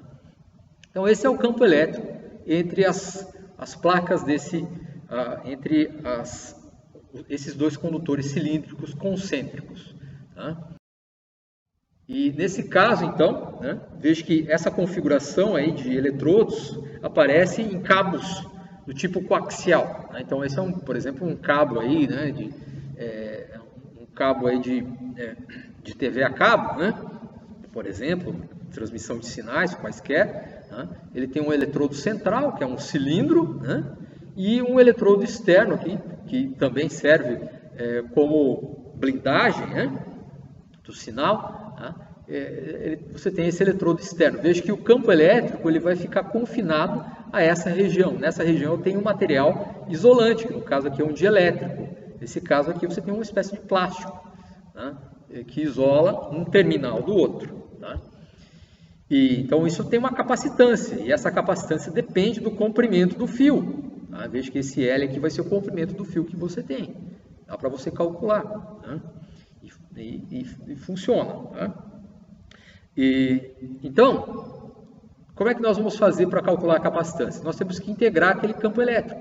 A integral do campo elétrico na distância radial, né, vai me dar aí o potencial, a diferença de potencial. Tá? Então, integrando o campo elétrico nós vimos que era Q sobre 2πε0RL. Tá? Como a integral é no raio, só o raio permanece aqui dentro da integração. Tá? Nós vamos integrar do raio menor A até o raio maior B, para obter a diferença de potencial entre esses dois pontos. Né? Então, essa integral aqui, a integral de dr sobre r, ou a integral de dx sobre x, essa integral dá o logaritmo. Né? Então, o logaritmo é o ln de r aqui. Você tem o ln de r, e esse ln vai ser o ln de b menos ln de a. Né? E essa diferença de logaritmos aí, ela vai ser expressa dessa maneira. Tá? Aqui de novo, aqui eu acabei esquecendo o sinal, aqui depois eu tenho que analisar isso aqui, mas você tem aí limite superior menos limite inferior, então nós temos aí a diferença de potencial. Tá? Aí nós sabemos que a capacitância é a carga dividido pela diferença de potencial. Então, daqui nós extraímos a capacitância dessa configuração. A capacitância de um cabo coaxial ou de condutores cilíndricos é 2πε0L dividido pelo logaritmo aí da razão dos raios. Então, L é o comprimento do cilindro e B e A são os raios. Então, você consegue calcular a capacitância aí. Aí outras geometrias aí menos exploradas aí nos livros, tá? Então, um disco circular, se você tem um disco, uma placa que é um disco, qual é a capacitância desse disco? Tá? No vácuo, né? Então, no vácuo ele vai ter essa capacitância aqui, 8ε0R. Tá? Aqui eu não estou demonstrando essas fórmulas, tá? Essas fórmulas que eu vou colocar aqui eu não vou demonstrar. Tá? Vocês vão entender por quê, né? Então, o disco circular seria isso. Aqui, dois fios, né? Você tem dois fios aqui paralelos, né? Esse fio e esse fio. Imagine aí, você tem, por exemplo, fios elétricos aí que alimentam vários dispositivos, né? Batedeiras, rádios, etc. Né? Você tem aí cabos que são fios paralelos, né? Um cabo paralelo. Né? Antigamente as antenas de TV também tinham isso, hoje não tem mais muito isso, né? Mas você tem aqui dois eletrodos, né? Esse condutor e esse condutor de comprimento L, que são cilindros. Esses cilindros têm raios iguais A e existe uma distância de separação constante entre eles. Se a distância não for constante, né? Se ele tem uma distância diferente entre um ponto e outro, aí seria uma fórmula mais complicada, né? Seria até difícil de determinar. Mas para esse par de fios paralelos, a capacitância ela depende do comprimento dos fios e do raio e da distância entre os fios. Né? Então vai ser dado aí por um arco cosseno hiperbólico. Né? Arco cosseno hiperbólico. Ou esse arco cosseno hiperbólico ele também pode ser escrito como um logaritmo neperiano. Aqui, tá? Também é uma expressão bem complicada. Aqui outra configuração geométrica, aqui duas esferas metálicas, duas esferas condutoras de mesmo raio, tá? Com uma certa distância de separação. Veja que aqui a capacitância já assume aqui uma equação bem complicada, é uma série, né? É uma série infinita em princípio, né? Você pode calcular até um certo termo e depois truncar a série, né? Mas essa série, essa capacitância depende do raio das esferas, depende da distância entre elas, né? Com essa distância e com esse raio, você calcula esse parâmetro D, né? Que é a relação entre a distância e o dobro do raio, né? E aí você tem essa expressão, tá? Aqui essa fórmula só vai valer quando essa distância de separação ela for maior do que o dobro dos raios, ou seja, essa fórmula só vale quando as esferas não estão encostadas, não se sobrepõem, né? Então elas têm que ter uma distância mínima de separação entre elas, né? Essa distância mínima tem que ser de centro a centro, né? O dobro do raio, tem que ser maior que isso. Aqui outra configuração complicada, uma placa infinita e uma esfera de raio R. Então, a distância entre a esfera e a placa, o centro da esfera e a placa é D, né? Então, com a distância D e o raio da esfera, você calcula esse parâmetro e aí você tem uma outra série infinita em termos de senos hiperbólicos e logaritmos, né? Então, dependendo aí do raio da esfera e do D, você vai ter aí esses parâmetros. Aqui no vácuo, né? ε0, se aparece ε0 que está no vácuo. Se tem um meio material aqui, por exemplo A, né? Vai ser o epsilon, a permissividade elétrica daquele meio, tá? Aí você tem que olhar na tabela qual é a constante dielétrica, né? A partir da constante dielétrica você calcula qual é a permissividade do meio, tá? Kappa ε0. Né? Então, tipos de capacitores, aqui entraria a parte mais prática, né, desse tópico, né? Então, tipos de capacitores que existem aí em utilização na indústria, nas aplicações eletrônicas, né? Então nós temos capacitores cerâmicos, né, que são discos, né, placas que são discos, e entre esses discos existe um filme cerâmico bastante fino. Então a partir daí você tem uma certa capacitância, né? Essa capacitância vem escrita aqui em termos de um código, né? Então aqui você teria 22 seguido de 4 zeros. 220 mil picofarads, é isso, se eu não estou enganado, tá? Aqui capacitores eletrolíticos, né? Um capacitor eletrolítico, ele é um capacitor especial, ele tem uma capacitância mais elevada, né? Da ordem de microfarads, né? De poucos microfarads até centenas e milhares de microfarads, né? E o capacitor eletrolítico ele tem polaridade, ele tem um lado positivo e um lado negativo, nós já vamos ver. Nós temos capacitores de poliéster, capacitores de filmes plásticos, né, diversos.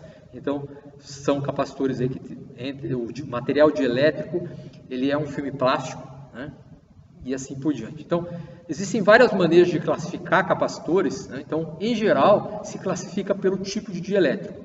Se o dielétrico é uma cerâmica, se o dielétrico é um plástico, se o dielétrico é uma solução associada a uma solução eletrolítica. Depende também, né, o capacitor ele pode ser classificado aí por como ocorre, se ele tem polos ou não, né? Se ele por exemplo, esse capacitor ele não tem polaridade, então, uma placa não difere da outra. Esse capacitor já tem polaridade, você não pode inverter, né? E assim por diante, tá? De capacitores, aqui eu não coloquei todos, né? Capacitores variáveis, né? Cuja capacitância pode ser variada. Então aqui o capacitor variável, né? Isso aqui era usado em rádios antigamente, hoje não se usa muito mais isso, né? Em rádios não se usa mais, mas em algumas máquinas se usa isso daqui, né? Maior, né? O capacitor variável maior, né? Então nós temos essa configuração, tá? De capacitores. Isso aqui se chama um trimmer, né? Um trimmer, esse também, né? Você variando, né? Se você usa uma chave de fenda e solta esse parafuso, essa lâmina de metal, ela se afasta da outra lâmina de metal. Entre essas duas lâminas existe uma camada isolante, né? Por exemplo, uma lâmina de um isolante mica, né? Material isolante, ou aqui, por exemplo, você tem uma camada de plástico. Girando esse parafuso, você varia aí a sobreposição de uma placa com a outra, né? Ou girando esse eixo, né, essas placas elas se tornam mais próximas ou mais afastadas, né? Então você tem uma capacitância maior ou menor, né? Nós temos capacitores que são componentes de montagem de superfície, né, que são utilizados extensamente hoje na microeletrônica, né? Então, celulares, diversos computadores utilizam capacitores desse tipo. Existem vários tipos de capacitores SMD, aqui eu coloquei só um modelo, mas existem vários, né? E cada um tem um certo tipo de construção, aplicação, né? Indicação. Capacitores de alta tensão, tá? Funcionam muitas vezes, você tem dielétrico de óleo ou outro material, você pode ter capacitores dessa natureza, né? Muito bem. O capacitor eletrolítico é um dos que mais é utilizado, tá? Que seria esse componente aqui, que aparece aí na foto, tá? Ele tem uma montagem, um funcionamento um pouco diferente do que nós vimos, tá? Então, o capacitor eletrolítico ele teria essa configuração. Você tem aqui os dois eletrodos. Esse eletrodo, tá, que seria o terminal positivo, nós vamos chamar de ânodo, tá? Ele é feito de alumínio. E nós temos o outro eletrodo aqui, que é o cátodo, né? Nós chamamos de cátodo, que vai ser o terminal negativo. Também é feito de alumínio, tá? Bom, você poderia pensar que essa é uma placa, essa é outra placa, e aqui tem o dielétrico. Mas não é bem assim, tá? O dielétrico, na verdade, seria essa pequena camada aqui, ó, essa pequena camada que é uma camada de óxido de alumínio, tá? Então, esse alumínio ele sofre um processo de anodização, tá?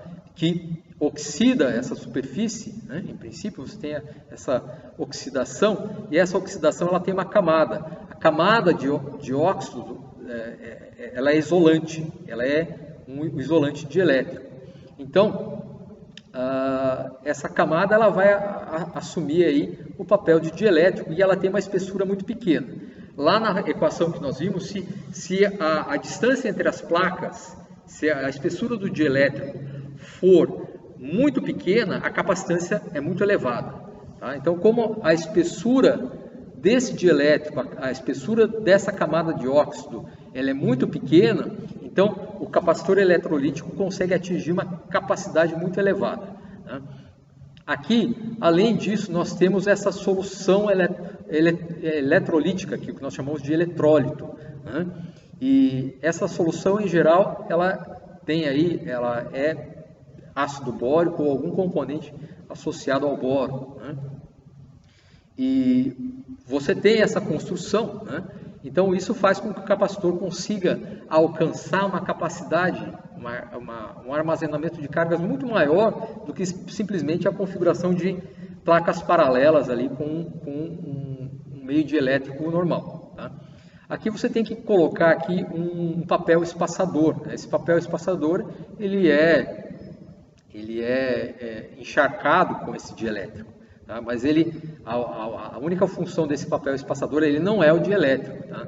O dielétrico seria essa camada aqui, tá? Mas ele separa eletricamente esse terminal desse terminal, para que não haja o contato, né, dessa maneira, né? Então, macroscopicamente, o capacitor eletrolítico ele tem esse aspecto, né? Um dos tipos, existem vários. Então você tem aqui a capacitância dele, que vejo que 10.000 microfarads, tá? A capacitância nominal, e a tensão máxima a qual ele pode ser conectado, tá? A tensão aqui que ocorreria aqui a ruptura do dielétrico do capacitor, tá? Se você ligar aqui, ele é de 25 volts, se você ligar aqui uma tensão maior, 50 volts, o que vai acontecer? Esses 50 volts vão conseguir perfurar esse dielétrico. Então você vai ter uma fuga de cargas elétricas, né? Vai danificar o capacitor, né? Ou se você veja que esse lado ele tem que ser positivo e esse lado tem que ser negativo. Se você inverte os polos do capacitor, veja que ele vem marcado aqui, o lado negativo é esse, o positivo é o outro. Veja que tem diferença no comprimento das perninhas aqui também, né? E se você inverte os terminais do capacitor, a camada de óxido, né, esse processo de anodização, ele vai ser invertido e você vai destruir essa camada, o capacitor ele vai ser danificado. Então ele não pode ser invertido, né? Quando inverte, o capacitor ele danifica. O que pode acontecer também é que esse eletrólito, né, ele pode esquentar, você pode ter a formação de vapores dentro do capacitor e esses vapores fazem com que o capacitor exploda, ele pode explodir, né? Hoje em dia os capacitores eles vêm construídos com uma parte aqui mais fraca em cima, tá? De modo que se ele explodir, ele vai romper nessa parte mais fraca. É uma caneca de alumínio isso aqui, né? Então nós temos aí como o potencial varia, né? Como o potencial varia entre esses dois eletrodos, entre o ânodo e o cátodo, né? Então o potencial é máximo no ânodo, tá? E vejo que na camada de elétrica, que é a camada de óxido, que seria essa camada aqui, né? Então vejo que isso aqui é uma ampliação dessa parte, né? Então esse eletrodo, o óxido, o material eletrólito, vejo que aqui eu não desenhei o espaçador de papel, né? Ele estaria aqui, tá? E vejo que o potencial, a diferença de potencial maior é justamente na camada de elétrica de óxido, né? Então, é justamente essa configuração que fornece ao capacitor aí uma capacitância elevada, tá? Essa espessura muito pequena aqui, tá? Para o capacitor de placas paralelas, essa espessura seria dessa ordem, tá? Então, é uma espessura muito pequena, né? Da ordem aí de nanômetros, né?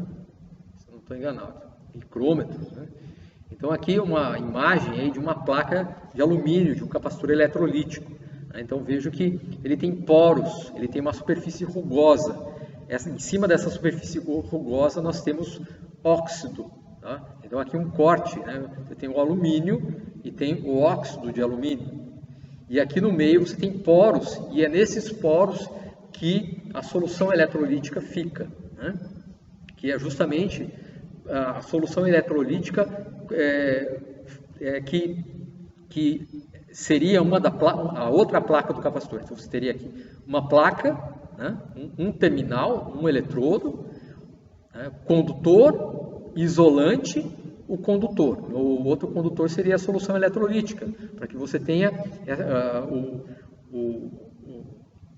para que os poros sejam permeados pela solução líquida, né? Então, para isso que serve, né? Que vai ser o outro terminal, tá? Então, essa espessura é muito pequena, por isso que a capacitância do capacitor eletrolítico é muito pequena. Aqui nos diagramas eletrônicos, os símbolos dos capacitores, né? Então, capacitor fixo, né? Ele vai ter esse símbolo. O capacitor eletrolítico ele é polarizado, ele tem um terminal positivo, você pode ter esses símbolos. Capacitor variável, né? Você pode ter esses símbolos, né? Então isso é utilizado nos circuitos aí, variações desses símbolos. Associação de capacitores. Então, quando você junta vários capacitores entre si, você pode ter a associação, a capacitância equivalente, né? Então, capacitores em paralelo. Quando você conecta vários capacitores dessa maneira, em paralelo, qual a capacitância equivalente? A capacitância equivalente vai ser a soma das capacitâncias, tá? Capacitores associados em paralelo, a capacitância total equivalente é a soma das capacitâncias, tá? Você tem capacitores em série, né? Um ligado depois do outro, né? A capacitância, o inverso da capacitância equivalente é a soma dos inversos das capacitâncias, tá? Essa seria a fórmula geral, né, para o cálculo da associação capacitância da associação em série, né? Mas se você tem apenas dois capacitores, só dois, né, se eu truncasse essa soma aqui em dois, com esses dois capacitores eu posso fazer aqui, juntar essa fração com essa. Né? Então, se eu tenho só dois capacitores, eu posso juntar essa fração com essa, fazendo o mínimo múltiplo comum aqui. Quando você faz o mínimo múltiplo comum juntando essas frações, dá isso. Tá? Se eu inverter essa fração, né, colocar isso em cima e isso embaixo, vai inverter desse lado. Então, invertendo essas frações, você pode ter essa equação. Tá? Então, essa equação pode ser usada para calcular a capacitância de dois capacitores em série, só dois. Tá? Só dois capacitores. Ela é mais fácil de usar do que essa, porque essa você tem que fazer mínimo múltiplo comum aqui, é meio chato fazer isso.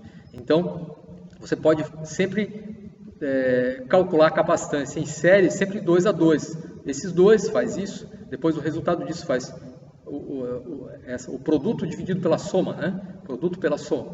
Então, o produto de dois capacitores dividido pela soma dos dois. Só para 2. Se tiver 3, não seria C1 vezes C2 vezes C3 dividido pela soma dos 3. Aí está errado, tá? Não é isso. Né? Então, isso aqui só vale para dois capacitores. E você pode ter também a associação mista, que seria a junção desses dois tipos. Tá? Ok? Então, daqui a pouco está terminando. Muito bem. Então, tem a demonstração dessas equações. Né? Então, por exemplo, se eu ligo... como é que eu mostro essas fórmulas aí anteriores? Então, se eu ligo dois capacitores em paralelo com uma bateria. Então, aqui tem uma chave, esse seria o símbolo da bateria, da pilha. Ela tem lado positivo e lado negativo. Quando você ligar essa chave, os capacitores vão carregar. Tá? Eles são diferentes. Então, aqui eu posso ter uma carga Q1 e aqui uma carga Q2. Tá? Então, veja que eu quero calcular a capacitância total dessa associação. Tá? Então, a capacitância 1 é a carga 1 dividido pela diferença de potencial entre esses terminais. A capacitância 2 é a carga 2 dividido pela diferença de potencial entre esses dois terminais. E a capacitância total disso seria, a capacitância equivalente, é a carga total dividido pela diferença de potencial que você tem nesse caso. Tá? Então, para esse caso aqui, vejam que a carga total que eu tenho acumulada aqui é essa carga mais essa carga, Q1 mais Q2. Isso é a carga total. Tá? E o potencial que eu tenho ligado aqui, né? Veja que se aqui eu tenho 12 volts, por exemplo, uma bateria de carro, 12 volts, esses 12 volts é a mesma diferença de potencial que eu tenho aqui, vai ser igual à mesma diferença de potencial que eu tenho aqui. Essas diferenças de potenciais são iguais. Nós vamos ver mais adiante, isso nós estudamos ainda, mas no circuito paralelo, a diferença de potencial dos componentes é a mesma. Tá? Então, V1, essa diferença de potencial aqui, é igual a essa diferença de potencial aqui, que é a diferença de potencial da bateria. E a carga total é a soma dessas cargas. Tá? Então, nessa equação aqui, né, Q igual a Q1 mais Q2, veja que esse Q, né, o que é Q aqui? É C equivalente vezes V. O que é Q1? Q1 é C1 V1. O que é Q2?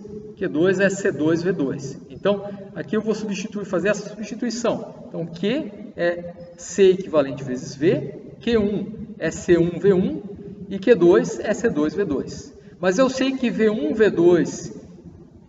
V2 e V são iguais. Tá?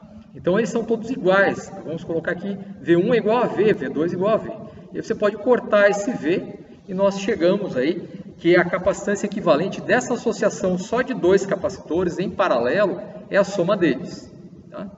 Isso só para dois. Se você tem mais capacitores, você pode fazer o mesmo procedimento e você vai ver aí que a capacitância equivalente do circuito paralelo de capacitores é a soma das capacitâncias. Né? Muito bem. Aí nós temos a associação em série, né? Mesmo caso aqui, né? Associação em série, então, veja que quando você conecta os capacitores, eles vão carregar. Tá? Então, o capacitor 1 vai carregar com essa carga 1 e o capacitor 2 vai carregar com a carga 2. Tá? E aí você vai ter aqui, carga 1 dividido pela diferença de potencial 1 é igual a capacitância 1. Carga 2 dividido pela diferença de potencial 2 é a capacitância 2. E a capacitância equivalente é a carga dividido pela diferença de potencial. Tá? Então, nesse caso aqui, o que acontece?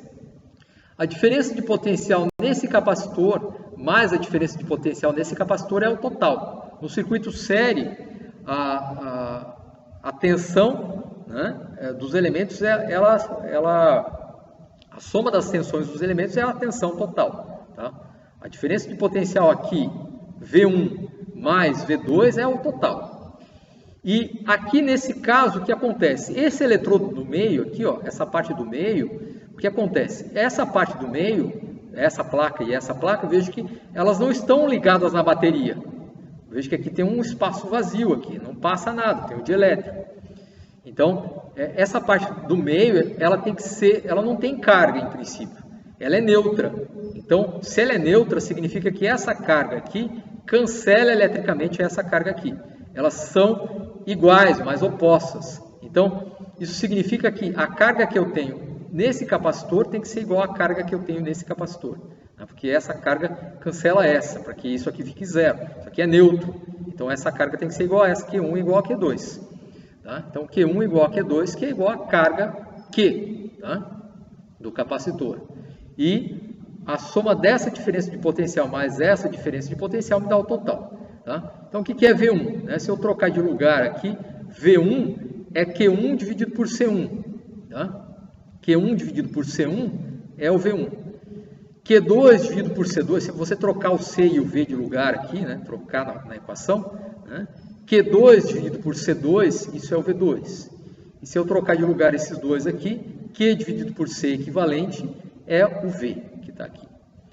Então, mas Q1, diga. Aí, quando você fala que Q1 é igual a Q2, você quer dizer que em termos de carga, sempre vai ter a mesma carga, tanto Q1 quanto Q2? Isso, exatamente. Se você conecta capacitores em série, a carga que eles terão que ter é a mesma. Tá? Eles vão ter Q1 aqui vai ser igual a Q2, porque esse eletrodo central aqui, ele não está ligado na bateria, em princípio ele não tinha carga no início, ele não vai ter carga depois. Né? Então o que aconteceu aqui, né? Como é que ele tem carga aqui? Significa que no processo de eletrização aqui, as cargas que se anulavam antes, se cancelavam, elas vão só se separar aqui, você polariza esse condutor aqui, né? Então, esse mais cancela esse menos, esse mais cancela esse menos, esse mais cancela esse menos, e esse mais cancela esse menos, isso aqui fica neutro. Tá? Então, isso aqui só vai ocorrer se esses menos estiverem em igual quantidade com esses mais. Se aqui, por exemplo, tivesse 5 sinais de mais aqui, 5 sinais de mais e aqui 4 sinais de menos aqui, não haveria o cancelamento total. Então, isso se as cargas fossem diferentes. Mas se aqui eu tenho a mesma quantidade de cargas, aí tem que ter esse cancelamento, né? Então, é como se você estivesse numa festa, né? Você vai numa festa e nessa festa tem a mesma quantidade de pessoas, né? Você consegue juntar os mesmos casais e não sobra ninguém, né? Então, neutraliza tudo, tá? Então, se sobra alguém, significa que as cargas não eram iguais, né? Então, elas são iguais porque não sobra, né? Ok? E aí, se elas são iguais aqui, se isso é igual, né? Então, eu posso cancelar esses fatores e nós verificamos aí que a capacitância, o inverso da capacitância equivalente é a soma dos inversos das capacitâncias. Isso só para 2 capacitores. Se você colocar mais capacitores em série aí, por indução, né, você pode provar aí aquela expressão. Tá? Estamos no final, no último slide. Né? Então, o capacitor ele armazena energia. Essa energia provém aí da pilha ou bateria que você tem aí, que fornece a diferença de potencial. Tá? Então, se você tem aí um eletrodo carregado e você transporta uma carga elétrica para acumular nesse eletrodo carregado, então você tem a capacitância. Então, um corpo, né, ele pode armazenar cargas, mas para você fazer esse armazenamento, veja que você sempre tem que lutar contra a carga elétrica, tem que lutar contra o campo elétrico das cargas que a repelem. Tá? Então vejo que aqui existe um trabalho envolvido, e é justamente esse trabalho necessário para você acrescentar mais cargas a esse eletrodo que a bateria realiza, esse trabalho que a bateria realiza. Tá? Então, quando eu tenho esse terminal aqui, por exemplo, vai ser um terminal, né, uma das placas do capacitor. Né? Então, você vai acrescentar uma carga a mais. Tá? Então, vamos supor que essa carga seja uma carga infinitesimal. Quanto custa, qual o trabalho necessário para você acrescentar uma carga infinitesimal a mais? Então, nós vimos aí na apresentação anterior que o trabalho é igual a carga vezes a diferença de potencial. Tá? Então, o trabalho para você acrescentar esse elemento de carga infinitesimal é o potencial vezes dq. Né? Então, integrando essa expressão, tá? Então, o trabalho é a integral dessa diferencial dW, né? Que é V dq. Né? Mas quem é V? Nós sabemos que o potencial V para o capacitor, né, a capacitância, é a carga dividido pelo potencial. Então, o potencial, né, ele pode ser escrito como Q sobre C. Tá? Então, nós vamos fazer essa integral de Q dq. Né? O fator 1 sobre C, ele sai da integral. Né? Ele sai da integral. E nós vamos fazer essa integração. Tá? Então, o que acontece aqui? Você tem uma bateria que vai alimentar o capacitor e essa bateria ela vai acrescentando pedacinhos de carga, né, elementos de carga dq, né, até que você preencha o capacitor. Você começa, né, a placa do capacitor ela começa com uma carga zero e ela vai até uma carga máxima. Aqui eu coloquei a carga máxima com um Q maiúsculo para não ficar a mesma letra aqui. Tá? Então, começa na carga zero até a carga máxima, né, que ele vai carregar. Tá? Então, essa integral aqui, a integral de x dx, é x ao quadrado sobre 2, que no caso aqui é q ao quadrado sobre 2. Q minúsculo ao quadrado sobre 2. Nesses extremos aqui, o limite inferior, 0. Vai sobrar o limite superior, que é q ao quadrado sobre 2c. Tá? Mas nós sabemos que esse Q, a carga, é C vezes V. Né? A capacitância vezes a diferença de potencial me dá a carga. Né? Então, se eu substituir aqui CV, vai ficar CV ao quadrado. Esse C quadrado cancela com esse C aqui, vai ficar, né, CV quadrado sobre 2. Esse é o trabalho necessário para você carregar um capacitor da carga zero até a carga máxima dele. Tá? Qual a carga máxima que o capacitor vai alcançar? A carga máxima que o capacitor vai alcançar vai ser a capacitância dele vezes a diferença de potencial que a fonte de tensão ali, a pilha ou bateria, fornece. Tá? Essa é a carga que ele vai ter. Tá? E esse trabalho necessário, né, vai ficar, esse trabalho que a pilha ou bateria realiza, esse trabalho eletrostático, esse trabalho elétrico que é realizado, ele vai ficar armazenado na forma de campo elétrico entre as placas do capacitor. Tá? Então, você tem uma certa energia eletrostática armazenada, uma energia potencial eletrostática armazenada. Então, nós escrevemos que essa energia é CV quadrado sobre 2. Tá? A unidade dessa energia ou desse trabalho é joules. Tá? Se você multiplica aqui a capacitância em farads vezes a tensão, voltagem, né, volts ao quadrado, isso me dá joules. Tá?